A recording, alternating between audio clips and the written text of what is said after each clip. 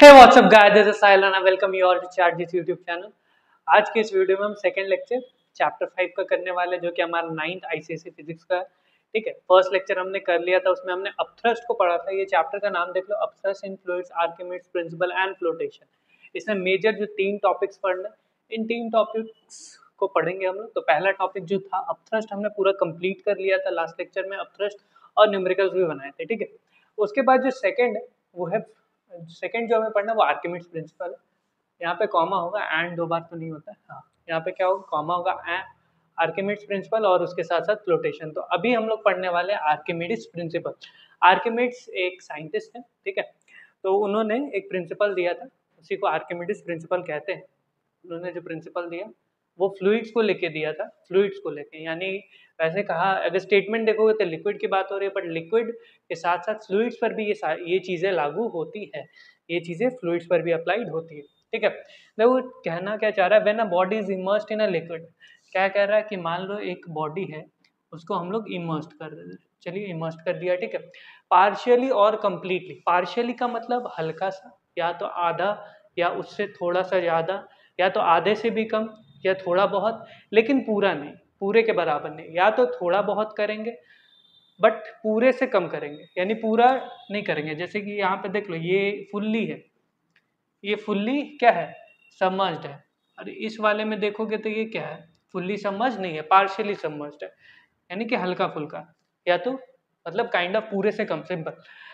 Experience in upthrust which is equal to the weight of the liquid displaced by it. अब इसके बाद ये जो थ्रस्ट एफ बी एक्सपीरियंस करता था, ये simply wait of the liquid के बराबर होता था, जो हमने लेक्चर में प्रूव किया था। और इसी प्रिंसिपल को उन्होंने क्या कह दिया, आर्किमिडीज प्रिंसिपल के नाम से कहा गया।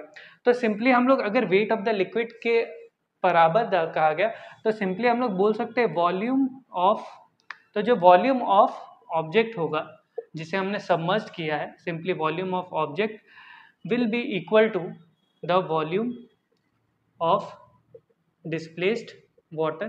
तो वाटर जितना डिस्प्लेस हो गया होगा, उसके वॉल्यूम के भी बराबर होगा। तो ये भी आप आर्किमिडीज प्रिंसिपल में लिख सकते हो कि जो भी वॉल्यूम ऑफ वाटर वहाँ से क्या हो गया होगा, डिस्प्लेस किया होगा, हटाया गया होगा, तो वही वॉल्यूम ऑफ ऑब्जेक्ट भी क्या हुआ होगा, सबमर्ज्ड हुआ होगा। मान लो इतना पार्ट, पूरा पार्ट सबमर्ज्ड हो गया, इसमें देखो, इसमें पूरा पार्ट सबमर्ज्ड हो गया, तो यानी कि जो वॉल्यूम इसने हटाया होगा वही सेम वॉल्यूम इसमें सबमर्ज्ड किया होगा। क्लियर है बात? यही है हमारा आर्किमिडीज प्रिंसिपल। और ये आपका it also applicable for fluids. ये फ्लूइड्स के लिए भी क्या है, एप्लीकेबल है। ये जो है ये फ्लूइड्स के लिए भी एप्लीकेबल है। सिंपल कहा जाए ये फ्लूइड्स के लिए एप्लीकेबल है। हम लोग जो पढ़ रहे हैं वो फ्लूइड्स पढ़ रहे हैं, हम लोग सिर्फ लिक्विड के बारे में नहीं पढ़ने वाले, हम लोग जो पढ़ रहे हैं वो फ्लूइड भी पढ़ रहे हैं साथ साथ। ठीक है, फ्लूइड्स क्या होता है, anything which have tendency to flow, उन्हें हम लोग क्या कहते हैं, फ्लूइड्स कहते हैं। चलिए आगे बढ़ते हैं। कपड़ा कहाँ गया, हाँ देखिए, आर्किमिडीज प्रिंसिपल तो जान लिया। अब आर्किमिडीज प्रिंसिपल को प्रूव करने के लिए, सिंपली इसे समझने के लिए एक एक्सपेरिमेंट आपके बुक में दिया होगा, तो चलिए वो एक्सपेरिमेंट हम लोग करते हैं। एक्सपेरिमेंट क्या है, कुछ नहीं, आपको लेना है एक स्प्रिंग बैलेंस। आपको क्या लेना है, एक स्प्रिंग बैलेंस। ठीक है, आपको लेना नहीं, मतलब बुक में दिया गया, आप भी कर सकते हो अपने घर पे अगर आपके पास स्प्रिंग बैलेंस है तो स्प्रिंग बैलेंस सिंपली एक डिवाइस होती है जिसपे आप कोई भी चीज़ लटकाते हो, सिंपल कोई भी हैवी चीज़ या हल्की चीज़ लटकाते हो, तो वो काइंड ऑफ उसकी जो स्प्रिंग होती है वो नीचे आती है और उसके अकॉर्डिंग वो वेट को रीड करके बता देती है। तो सपोज मान लो ये एक स्प्रिंग बैलेंस था और इसके नीचे मान लो मैंने ये मास लगाया। ठीक है, अब मान लो इसका जो वेट है वो मान लो यहाँ से अगर 0 है, ये 100 है, ये 200 है, ये 300 है, तो मान लो इसका वेट जो है वो 300 GF के बराबर है। 300 GF के बराबर मान लो इस पे फोर्स लग रहा है। ये जो मतलब सिंपली इसका जो वेट है वो क्या है, 300 ग्राम फोर्स। ठीक है, क्लियर है। अब उसके बाद क्या हो गया, अब इसको तो ये जो वेट किया ये हमने नॉर्मली किया, फ्री स्पेस में किया। ठीक है, ये हमने कब किया, फ्री स्पेस में। इसको हमने कब किया, फ्री स्पेस में किया, फ्री स्पेस एयर में। अब इसके बाद हम लोग इसको एयर में ना करके, अब हम लोग इसको एयर में नहीं करके हम लोग इसको क्या करेंगे, पानी में डाल देंगे वेट करने के लिए। अब हम इसको पानी में डाल के वेट करेंगे। सिंपली मान लो ये पानी है या कोई भी एक फ्लूइड है, मान लो इस फ्लूइड में डाल दिया और ये ऑब्जेक्ट है, ये ऊपर हमारा स्प्रिंग बैलेंस है, ठीक है, ठीक है, मान लो ये इस पर वही स्प्रिंग बैलेंस है और इसमें अब रीडिंग आया 200 ग्राम फोर्स। मान लो अब इसमें आया 200 ग्राम फोर्स। अब इसके साथ साथ देखो होगा क्या इसके साथ देखो आपके बुक में एक्सपेरिमेंट क्या दिया हुआ कि अब इसका जो वेट आया था वो 200 ग्राम फोर्स के बराबर आया था, ठीक है। पहले कितना था इनिशियली अभी बताया मैंने कितना था, 300 ग्राम फोर्स के बराबर था और जब हमने इसको इसमें वेट किया तो इसमें 300 ग्राम फोर्स। बट उसके साथ साथ एक और चीज़ है कि हमने जिस कंटेनर में डाला उस कंटेनर को हमने प्रॉपरली भर दिया था। मतलब ये जब नहीं था तो हमने पहले उस कंटेनर को भर दिया और उसके बाद वो कंटेनर कुछ ऐसा था, मतलब उसके साइड से ट्यूब था। मान लो ये जो लेवल है, इस लेवल ऑफ वाटर इससे थोड़ा सा भी बढ़ेगा तो यहाँ से फ्लो होते हुए एक दूसरे कंटेनर में पानी चला जाएगा, सिंपल। तो अब क्या हुआ, पहले तो नॉर्मल था, सब कुछ सही था। उसके बाद क्या हुआ, जैसे ही हमने इस ऑब्जेक्ट को डाला, सिंपली अगर ये ऑब्जेक्ट डालेगा तो ये लिक्विड डिस्प्लेस करेगा और वही लिक्विड डिस्प्लेस करेगा तो ये इसका लेवल राइज होगा। अब इसका लेवल क्या है, अब इससे ज़्यादा जैसे ही राइज होगा वैसे ही वो इस कंटेनर में जाए। तो मान लो इसका राइज हुआ और ये डायरेक्टली यहाँ पे चला गया। अब यहाँ पे ये जो है ये 100, अब मान लो ये जो वाटर है, हम इस वाटर का भी वेट कर रहे हैं साथ साथ, ठीक है, हम लोग इस वाटर को भी का भी वेट करते हैं। मान लो वाटर का वेट जो दिखा है वो 100 GF दिखा है और इसका वेट 200 GF दिखा है, सिंपल। आप समझे। देखो क्या हुआ, पहले हमने इनिशियली इसको ये जो स्प्रिंग बैलेंस की हेल्प से हमने एक ऑब्जेक्ट का मास निकाला था, वो था 300 GF, ठीक है। अब उसके बाद आर्किमिड्स प्रिंसिपल कहता है क्या है कि जो भी वाटर डिस्प्लेस्ड होगा, देखो यहाँ पे लिखा हुआ है experience an upthrust which is equal to the weight of the liquid displaced by it.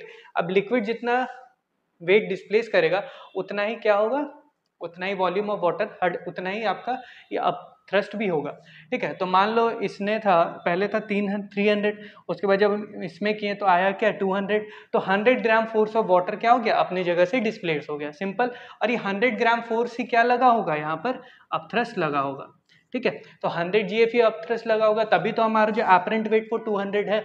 अगर आप उस फॉर्मूले से जाओ कि हमारा जो एपरेंट वेट होता है वो क्या होता है, जो हमारा रियल वेट होता है, क्या होता है, रियल वेट, जिसको हम लोग फ्री स्पेस वाला वेट बोलते हैं, और उसमें जब हम लोग अपथ्रस्ट को माइनस कर देते हैं तो हमारा जो एपरेंट वेट क्या था, 200 था, ठीक है।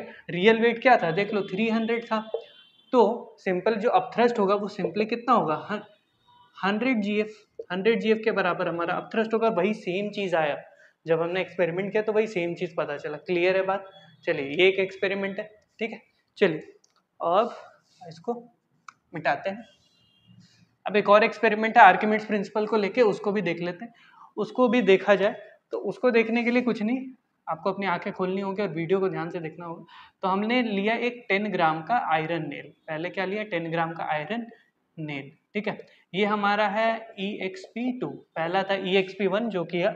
अभी ये EXP2, मान लो नेल तो जानते होगे ना, कांटी, जैसे हम लोग कील बोलते हैं, तो जैसे मान लो ये वो कील है, ठीक है, ये 10 ग्राम की।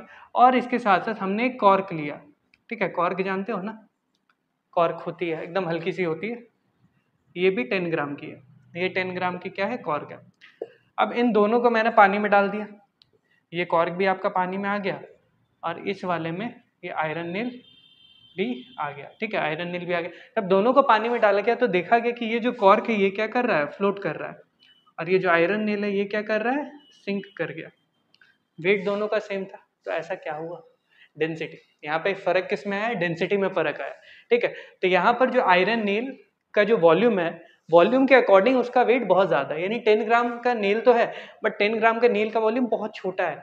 अब ये वॉल्यूम बहुत छोटा है, इट मीन्स उसकी डेंसिटी ज्यादा है। बट ये जो 10 ग्राम का कॉर्क है इसकी वॉल्यूम 10 ग्राम के कंपैरिजन में बहुत ज्यादा है, ठीक है। तो इसका क्या है, इसका सरफेस एरिया ज्यादा है, तो इसकी डेंसिटी क्या है, कम है। तो डेंसिटी कम है तो सिंपली ये क्या कर जाएगा, फ्लोट कर जाएगा, और ये वाला क्या कर जाएगा, सिंक कर जाएगा। क्लियर है बात। चलिए ये हमारा EXP2 था। अब चलते हैं अगले टॉपिक की तरफ बढ़ते हैं हम लोग। अब हम लोग इतना डेंसिटी कर रहे हैं, चलो अब हम लोग प्रॉपरली डेंसिटी को पढ़ते हैं, ठीक है। अब जो हमारा टॉपिक होने वाला है वो डेंसिटी का होने वाला है। डेंसिटी, देखिए डेंसिटी बेसिकली ज़्यादा कुछ नहीं, डेंसिटी को डिनोट करते हैं रो से। डेंसिटी का फॉर्मूला होता है मास बाय वॉल्यूम, आपने बचपन में भी पढ़ा होगा। अभी पिछले लेक्चर में भी डेंसिटी मैंने बताया था क्या होता है, मास बाय वॉल्यूम होता है। तो मास बाय वॉल्यूम होता है, सिंपल है। और ये क्या बताता है कि कोई भी ऑब्जेक्ट कितना ज़्यादा डेंस है, यानी सिंपली वो कितने कम वॉल्यूम में ज़्यादा मास प्रोवाइड करे, कितने कम वॉल्यूम में उसका मास क्या है। अगर इतना वॉल्यूम है, अगर मान लो कोई चीज़ की वॉल्यूम इतनी है, एकदम छोटी सी, बट इसका मास मान लो 1 kg है, और मान लो कोई चीज़ की वॉल्यूम इतनी ज़्यादा है बट उसका भी मास 1 kg है, तो डेंसिटी किसकी ज़्यादा होगी, इस वाले की ज़्यादा होगी, क्योंकि कि कम स्पेस में ज़्यादा मास दे रहा है, क्योंकि ये कम स्पेस में इसका मास ज़्यादा है, तो सिंपली इसकी डेंसिटी क्या हो जाएगी, इसका जो रो होगा वो ज़्यादा होगा इसके रो से। ठीक है, तो ये मान लो रो 2 है, ये मान लो रो 1 है, तो rho 1 is greater than rho 2। Clear है बात? चलिए आगे बढ़ा जाए। अब डेंसिटी को तो जान लिया, अब डेंसिटी की यूनिट्स को जानते हैं। ठीक है, तो डेंसिटी की जो एसआई यूनिट है वो हम लोग ऐसे भी कैलकुलेट कर सकते हैं। मास की यूनिट क्या होती है, केजी होती है, और वॉल्यूम की यूनिट क्या होती है, मीटर क्यूब। वॉल्यूम की यूनिट क्या होती है, मीटर क्यूब। लेंथ की यूनिट क्या होती है, मीटर। तो लेंथ इंटू लेंथ यानी लेंथ की क्यूब। तो लेंथ की क्यूब ही हमारा क्या होता है, वॉल्यूम। लेंथ का क्यूब होता है वॉल्यूम। तो केजी बाय मीटर क्यूब, इसको आप ऐसे लिख सकते हैं केजी पर मीटर क्यूब, या फिर अगर आपको ऐसे लिखने की इच्छा नहीं है आप kg/-3 ऐसे भी लिख सकते हैं। ठीक है, डेंसिटी इसकी एसआई यूनिट है, यही है इसकी एसआई यूनिट। एसआई यूनिट पता चल गई, सीजीएस में निकाल लो। सीजीएस में क्या होगा हमारा, सीजीएस में हम लोग मास लेते किस में, मास हम लोग लेते ग्राम में, और वॉल्यूम लेते किस में, सेंटीमीटर क्यूब में। ठीक है, ग्राम में लेते हैं और इसको किस में लेते हैं, सेंटीमीटर क्यूब में। तो इसको हम लोग करना है, तो ग्राम पर सेंटीमीटर क्यूब, और simply you can say GCm-3 ऐसे भी आप लिख लो या ऐसे भी लिख लो, दोनों ही सही है। ठीक है, तो हमें डेंसिटी का पता चल गया, डेंसिटी की यूनिट्स का पता चल गया। अब हम लोग एक सिंपल सा एक क्वेश्चन करते हैं। एक क्वेश्चन आप भी ट्राई करना, आपको क्या करना है, कन्वर्ट करना है। सिंपल, एक साधारण सा एकदम सिंपल बच्चा वाला सवाल है कि आपको कन्वर्ट करना है किसको, कन्वर्ट करिए आप 1 kg/मीटर क्यूब इंटू 1 ग्राम पर सेंटीमीटर क्यूब में। आपको 1 kg/मीटर क्यूब को आपको कन्वर्ट करना है किसमें, 1 ग्राम पर सेंटीमीटर क्यूब, यानी सिंपली डेंसिटी की जो ये एक यूनिट है उसमें ये कितनी होगी या इसमें ये कितनी होगी वो कैलकुलेट करना। तो वीडियो को पॉज करते हैं, 5 4 3 2 1, पॉज कर लिया होगा। चलिए ट्राई करते हैं। तो आपने ट्राई कर लिया होगा, चलिए सॉल्व करते हैं, ट्राई नहीं सॉल्व करते हैं। तो 1 kg/मीटर क्यूब क्या है, 1 kg/मीटर क्यूब। इसको किस में कन्वर्ट करना है, इसको जनरली इसमें करना है ग्राम्स में, इसको ग्राम्स में करना है। तो केजी 1 kg है तो उसको ग्राम में कन्वर्ट कर लो पहले। तो 1 kg में कितना आएगा, 1000 ग्राम आएगा। मीटर क्यूब मतलब 1 मीटर क्यूब है, और यहाँ पे उसको सेंटीमीटर क्यूब में करना है। तो हमें पता है 1 मीटर जो होता है उसमें 100 सेंटीमीटर होता है। तो 100 सेंटीमीटर का क्यूब यानी कि क्या होगा, 100 इंटू 100 इंटू 100 होगा। ठीक है, क्लियर है बात। अब ये 100 इंटू 100 इंटू 100 हो गया। यहाँ पे अब क्या करेंगे हम लोग, ये सेंटीमीटर क्यूब आ गया, 1 2 3 4 5 6 खत्म। ऊपर कुछ नहीं, 1/1000 सेंटीमीटर, 1/1000 ग्राम सेंटीमीटर क्यूब। ठीक है, क्लियर है, 1/1000 ग्राम पर सेंटीमीटर क्यूब। ये हमारा क्या हो गया, कन्वर्जन हो गया, कि हम ये कह सकते हैं कि 1 kg/मीटर क्यूब में हमारा कितना क्या होता है, 1/1000 ग्राम पर सेंटीमीटर क्यूब के बराबर होता है। क्लियरली। और हम लोग क्या कह सकते हैं कि 1000 kg, अगर इसको इधर लेके आ जाओ, ये नीचे वाले को इधर लेके आ जाओ, क्रॉस मल्टीप्लाई सिंपल। तो 1000 kg/मीटर क्यूब हमारे किसके बराबर होता है, 1 ग्राम पर सेंटीमीटर क्यूब। इसे देख के कुछ याद आता है, कुछ याद आ रहा है मेरे दोस्त, ये वही है, ये है डेंसिटी ऑफ वाटर। ये क्या हमारा डेंसिटी ऑफ वाटर है। तो सिंपली जो डेंसिटी ऑफ वाटर kg/मीटर क्यूब में यही होता है कि 1000 kg/मीटर क्यूब, और नॉर्मली डेंसिटी ऑफ वाटर अगर ग्राम पर सेंटीमीटर क्यूब में लोगे तो यही होने वाला है। क्लियर है, समझ गए। ठीक है, तो ये जो 1000 kg/मीटर क्यूब है यही हमारा रो ऑफ वाटर है, रो ऑफ वाटर है। इसको हम लोग RHO पढ़ते हैं, रो। ठीक है, हम लोग क्या पढ़ते हैं इसको, RHO, रो वाला रो पढ़ते हैं। ठीक है, क्लियर है बात है। चलिए डेंसिटी का पता चल गया, चलिए आगे बढ़ते हैं। अब हम लोग पढ़ते हैं रिलेटिव डेंसिटी को। अब हम लोग क्या पढ़ते हैं, रिलेटिव डेंसिटी। जहाँ पे रिलेटिव आए तो समझ जाना कि आपके रिश्तेदारों की बात हो रही है, आपके रिश्तेदार आपको करते हैं कंपेयर, उसी तरह रिलेटिव डेंसिटी में भी हम लोग करेंगे डेंसिटी को क्या, कंपेयर। तो अब हम आते हैं रिलेटिव डेंसिटी की तरफ, ठीक है। तो हमारा रिलेटिव डेंसिटी है क्या? तो इट इज नथिंग, ये कुछ नहीं है। अरे ऐसा थोड़ी होता है, कुछ तो होगा सर। देखो ये कुछ नहीं है, सिंपली आपका डेंसिटी ऑफ सब्सटेंस है। इट इज बेसिक, ये एक तरह का रेशियो है, जो कि क्या क्या रेशियो है कि आप डेंसिटी ऑफ सब्सटेंस को ऊपर लिख दो और उसको कंपेयर कर दो डेंसिटी ऑफ वाटर के साथ। डेंसिटी ऑफ वाटर के साथ, अभी थोड़ी देर पहले डेंसिटी ऑफ वाटर बताया है मैंने 1000 kg पर मीटर क्यूब, या फिर और सिंपली 1 सेंटीमीटर पर, सॉरी 1 ग्राम पर सेंटीमीटर क्यूब। क्लियर है? ये हमारा रिलेटिव डेंसिटी है। Relative density is the ratio of the density of substance to the density of water. ये हमारा रिलेटिव डेंसिटी होता है। अच्छा, डेंसिटी का एक और है कि डेंसिटी पे एक क्वेश्चन पूछा जाता है कि टेम्परेचर का डेंसिटी पे क्या इफेक्ट पड़ता है। एक क्वेश्चन पूछा जाता है जनरली, शॉर्ट क्वेश्चन पूछा जाता है, effect of temperature on density. सोचो इसको, देखो टेम्परेचर और डेंसिटी का क्या रिलेशन है। अगर हम लोग टेम्परेचर को घटाते हैं या बढ़ाते हैं, हम लोग घटाते हैं या बढ़ाते हैं तो क्या होता है? सिंपल, अब जानते हैं हम लोग, जैसे कि मान लो यहाँ पर कोई भी एक फ्लूइड है, अगर हम लोग इस फ्लूइड को क्या करते हैं, अगर नीचे से हीट करते हैं, मान लो बर्नर रखते हैं और इसको हीट करते हैं, जब हम कोई भी चीज़ को हीट करते हैं तो वो क्या करती है, एक्सपैंड करती है। सिंपल, वो क्या करती है, एक्सपैंड करती है। अब कोई भी चीज़ अगर एक्सपैंड कर रही है, वो अपना वॉल्यूम बढ़ा रही है, और हमें पता है कि डेंसिटी क्या होता है, मास बाय वॉल्यूम। मास तो बदलेगा नहीं, मास तो वही का वही रहे, बट वॉल्यूम इंक्रीज होगा, इट मीन डिनोमिनेटर में इंक्रीज है। अब डिनोमिनेटर इंक्रीज है तो ये ओवरऑल फ्रैक्शन क्या होगा, डिक्रीज होगा। ओवरऑल फ्रैक्शन ही हमारा क्या है, डेंसिटी। तो सिंपली हम ये बोल सकते हैं कि अगर हम लोग टेम्परेचर को बढ़ाते हैं तो हमारी जो डेंसिटी है वो घट जाती है। टेम्परेचर को बढ़ाने पे डेंसिटी घटती है। क्लियर है? अगर कोई चीज़ को ज़्यादा हीट करते हैं तो उसकी डेंसिटी घट जाती है। बट यहाँ पे एक एक्सेप्शन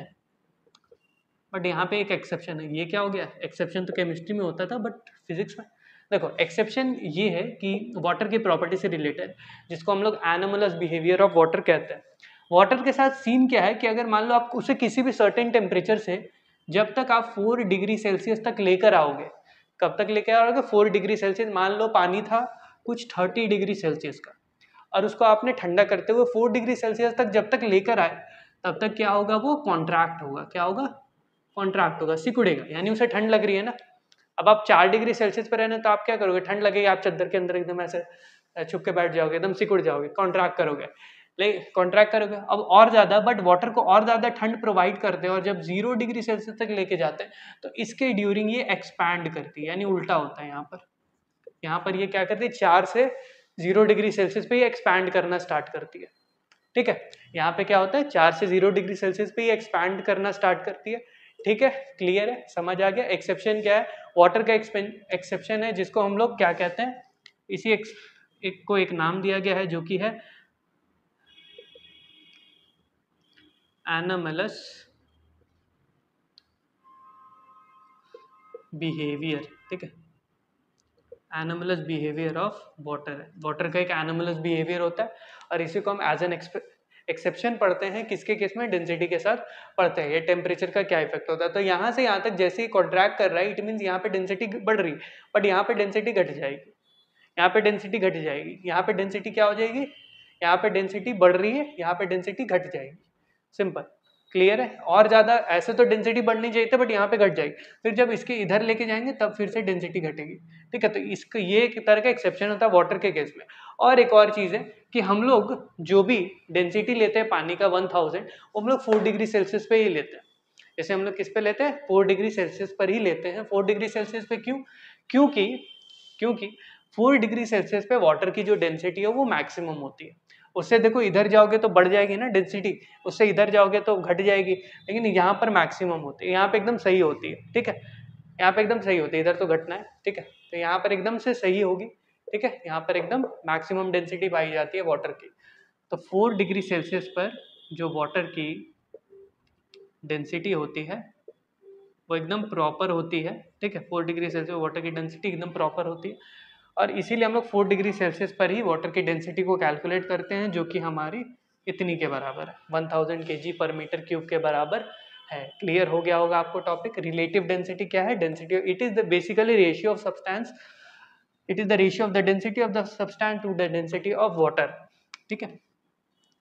और इसको एक और चीज़ों के टर्म में, एक और चीज़ के टर्म में इसको एक्सप्रेस किया गया है कि ये जो है ये रेशियो होगा किसका, mass of substance at certain volume. ठीक है, अगर एक certain volume, it means volume को अगर फिक्स कर दिया जाए तो जो मास ऑफ सब्सटेंस होगा उसका रेशियो होगा मास ऑफ वाटर के साथ, मास ऑफ वाटर के साथ एट 4 डिग्री सेल्सियस। अब ये कैसा है, हमने तो यहाँ डेंसिटी का रेशियो पढ़ा था, यहाँ मास का रेशियो कैसे आ गया?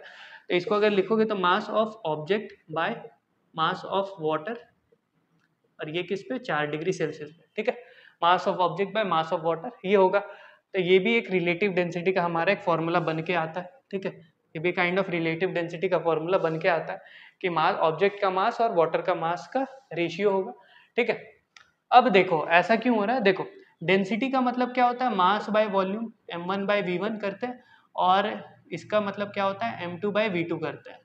ठीक है, यही है ना, m2 bye v2, m1 bye v2। अब क्या बोला गया कि मास को हम लोग फिक्स कर देंगे, मास को क्या करेंगे, मास को फिक्स कर देंगे। तो ये हमारा मास ऑफ वाटर हो गया, तो ये जो वॉल्यूम है ये क्या हो जाएगा, खत्म हो जाएगा। तो बचेगा क्या, हमारा mass of m1 by m of water. तो simply mass of the object और mass of the water at a certain volume, it is basically the ratio of mass of the object to the mass of the water at 4 degree Celsius for a certain volume। अगर एक certain volume पर अगर ऐसा होता है तो ये simply relative density वही रेशियो है। अब relative density की कोई यूनिट निकालो, ऐसा यूनिट क्या होगी रिलेटिव डेंसिटी के, तो सबसे पहला फॉर्मूला क्या कहता है, density of substance by density of, किसी सब्सटेंस की डेंसिटी को हम किस में मेजर करते हैं, केजी पर मीटर क्यूब में। तो उसके नीचे डेंसिटी ऑफ वाटर को भी हम लोग किस में मेजर करेंगे, सेम केजी पर मीटर क्यूब में। अब ये दोनों क्या हो जाएगा, मर जाएगा, बचेगा क्या, एक, कुछ भी नहीं, मतलब सिंपल। ये रेशियोज क्या होती है, रेशियो, इस रेशियो की कोई यूनिट नहीं है, इट हैज नो यूनिट। तो हम लोग ऐसा यूनिट में लिख सकते हैं, इट हैज नो यूनिट, इसकी कोई भी यूनिट नहीं होती। तो यही चीज हम लोग रिलेटिव डेंसिटी तक में पढ़ते हैं। अब यहाँ पर हम अपने लेक्चर को एंड करते हैं। नेक्स्ट क्लास में हम लोग रिलेटिव डेंसिटी को कैलकुलेट करेंगे, कैलकुलेट करना सीखेंगे on the basis of Archimedes principle. तो चलिए मिलते हैं आपसे अगले वीडियो में, तब तक के लिए जय हिंद।